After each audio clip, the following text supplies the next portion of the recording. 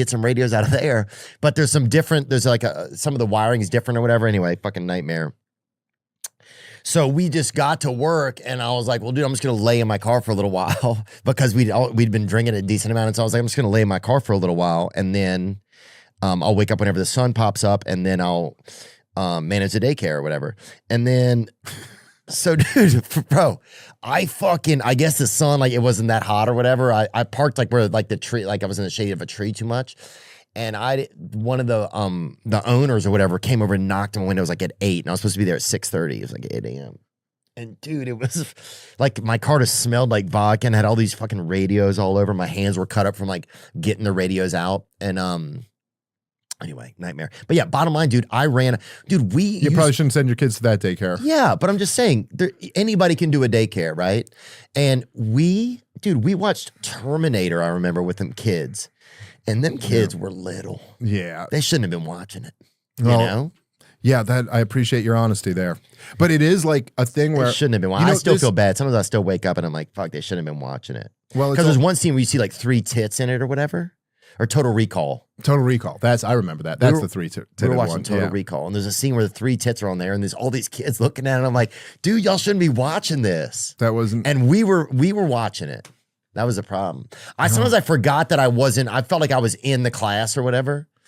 Well, I will say a lot of the reason I think why, these people who are like the big government progressives and stuff like that, and the whole kind of like neoliberal culture in America, which has always kind of like for years been demonizing, straight white men and demonizing patriarchal families and all of this. There's a reason why, like big central governments don't like the family structure and religion and community and all of those things because they're all a hedge against their power. And the system, right, like this inflating the currency that leads to all the things we were talking about, right? But that is actually very good for the political class. It's very, like inflation in general is very good if you hold debt.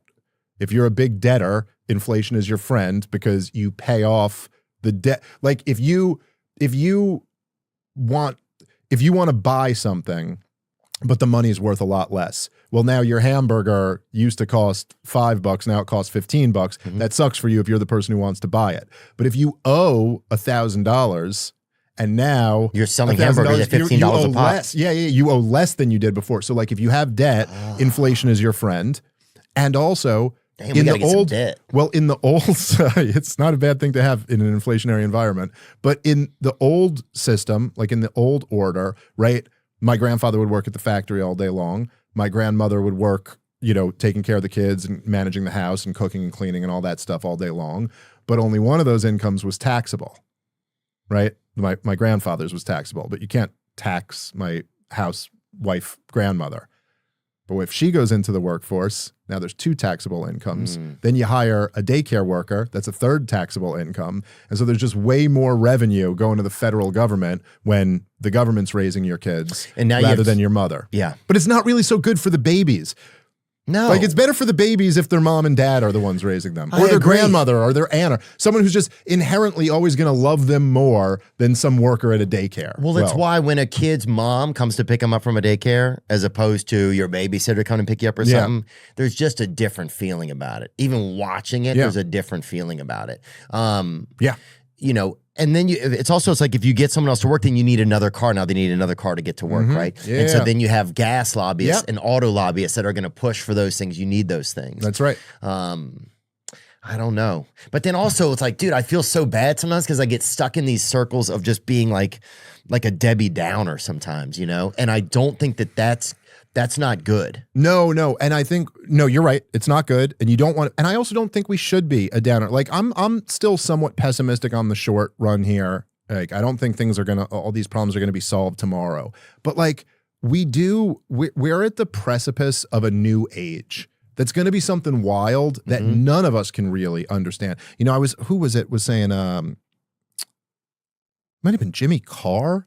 I can't remember. Somebody was talking about when AI gets pointed at physics and then we can like actually have AI like inventing new things about physics, because like all the things that have like really changed our world are related to the study of physics, like you know, and the fact that like, dude, my grandfather fought in World War II. Like this is a thing that happened in the previous century. There were 2 world wars, you know, things looked pretty bad there for a while. Yeah, like people getting slaughtered by the tens of millions. In World War I, fighting and, you know, 17-year-olds fighting in trench warfare and stuff like that.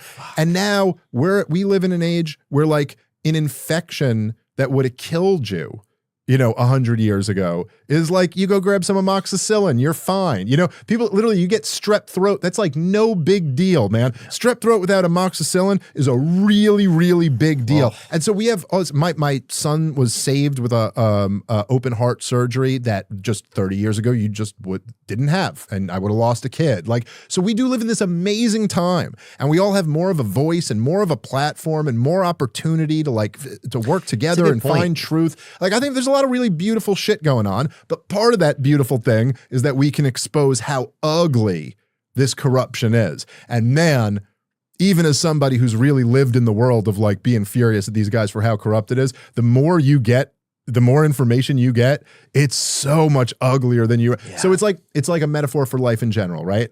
In life, you got to deal with there's like tremendous beauty and there's tremendous tragedy. And we all have that within us, and you got to somehow like stomach the tragic part of it so that you can get to experience a little bit of the beauty, you know? Yeah, and even we're able to sit here and at least like feed ourselves. We're able to talk about things. Like there's places where people have no freedom at all right now, you know? Yeah.